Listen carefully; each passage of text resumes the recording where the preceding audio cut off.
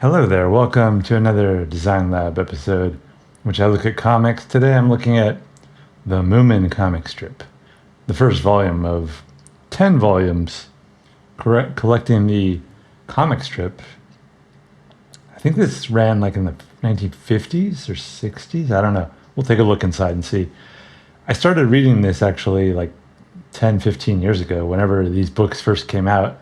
I read the first two, and then I think my library didn't have all the copies, so I stopped. But now, as you can see, I've got them all. I haven't read them all yet. I think I've only read the first two, but I reread the first one just this week or so, and they're so good so far. I mean, I think they're like probably my third favorite comic strip of all time so far that I can think of. Like Crazy Cat, Nancy are like number one tied, and then we have this. This I can't think of anything better than this. Maybe, I don't know. I mean, there's a lot of other good comics: Peanuts, Mutt and Jeff, Popeye, Calvin and Hobbes. Those are probably the ones that are Far Side.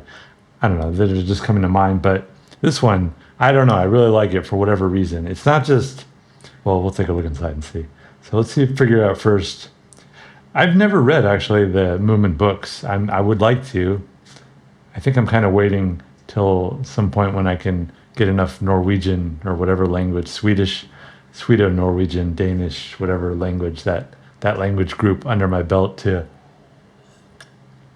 read them in the original. But, this was actually published in English originally. Let's see. So it doesn't have the original copyright dates. Well, these were reprinted in 2006, I think. Yeah. So anyways, I thought there was like introduction material. Maybe it's in another volume, or maybe this electronic edition doesn't have them. But anyways, let's take a look. So these are all black and white. I think they ran, and supposedly they ran in like with enough audience, like 20 million. I don't know if 20 million people read them, but that circulation of newspaper strips. And like, first off, the design is just so beautiful and so kind of 1950s ish, 1960s, whenever this came out. It's just I love the design. The art is so simple, and I was thinking about also the pacing is usually very short sentences. A lot of times it's like one beat, or maybe two beats per panel. No heavy, very rarely long panels. Like usually it's just very short panels and just boom, boom, boom, boom, boom. Moomin's like the main character, but there's like his parents. There's the chick Moomin, I forget her name. I'm blanking on her name.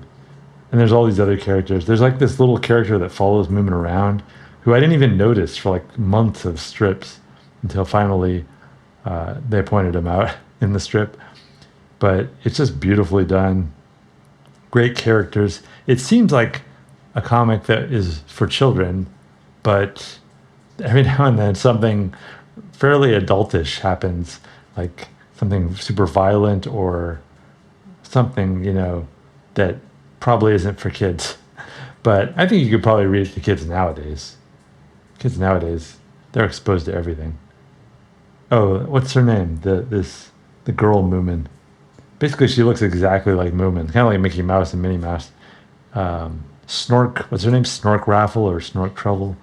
I don't know. But wonderful cast of characters, cool dialogue, a lot of advent. The stories are told in like these narrative arcs of maybe like 15 pages, 20 pages each, and I just feel, kind of like with Crazy Cat, I feel like this sense of great peace when I read Moomin, and it's like a combination of fun drama, fantasy, lightheartedness, and I really want to know the name of the female Moomin girl, whatever her name is. Snork, something like Snork Truffle. Snork. I'll cross it at some point.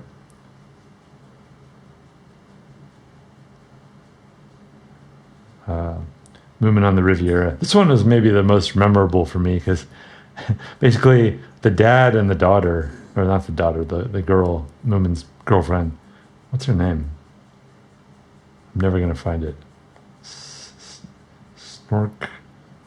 But anyways, the dad and the girlfriend, they like, the life of society and wealth and like, and whereas the mom and Moomin, they just want to stay home and chill, but they have to go with the dad and the girlfriend. So they go to the Riviera, and everybody thinks they're rich. They're like these aristocrats. Look at the design on this too. Like, it's just like so much work goes into this. Very very beautiful stuff. Snork Maiden. I think that's her name. Snork Maiden. Maybe that's where they got the name for the. Oh yeah, Snork Maiden. Okay, I knew it was that. Maybe that's where they got the name of the Snorks. Everybody thinks they're rich, so they're like looking for handouts, and this is sort of like the history of communication. We get this first, by the way, room 883 wants knitting wool of this color. And then the next panel, knitting wool this color, room 883. Knitting wool for 883. Wool, 883. It's just simple, bare bones, stripped down language, turning into computer code, our language. I like the design of this guy too. He looks kind of like, I don't know, Cecil B. DeMille or something. So each volume in here is about 100 pages, I think. 70, 80, 100 pages. Let me see, in the fourth story, they're on this island and they come across these Moomin ancestors. Where are they? This is kind of ridiculous. They kill this pig and then they eat it, and then the pig's wife, where is it? What happens? The pig's wife shows up right here. I'm wondering if he had a wife, and sure enough, he did. The wife comes in, tries to ram him, tear him apart. Ridiculous death for a scientist. And then they go, "Please, can't you forgive us for eating your husband?" When I come to think of it, yes. In fact, he was an awful bore. So that's the kind of humor we get in this comic. Oh, but they come across their ancestors, and their ancestors basically they're really tall and thin. Kind of like Easter Island. They're alive, though. Is this so absurd? There's like a sense of absurdity that anything can happen, but then there's also a sense that things are grounded and not anything can happen. Some things are constrained. But I love the way she draws sharks. I think the artist, author, the creator of Moomin, her name's like Tove Jansson, I believe. And for the first, I think, 5 volumes, she's writing and doing the stories.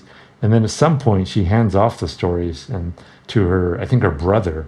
And supposedly those episodes are just as good. I'm going to find out when I get to them. I don't know if I'm going to take a look at every volume in this series, but I'm pretty sure I'll take a look at those when we transition to the what's his name, Lars Jansen.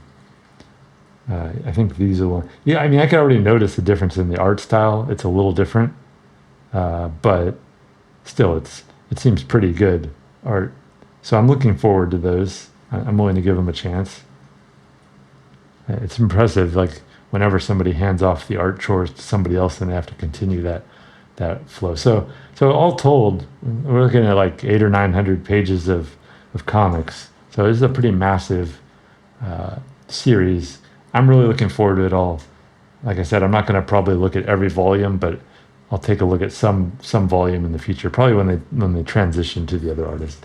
So if you haven't read Moomin, you got to read Moomin. I can't at this point vouch for the books, which are mostly prose with illustrations, but I can certainly vouch for the Moomin comic strip, which has quickly become one of my favorite comic strips of all time. So check it out, Moomin, the complete Tove Jansson comic strip, available by who published this? Drawn and Quarterly.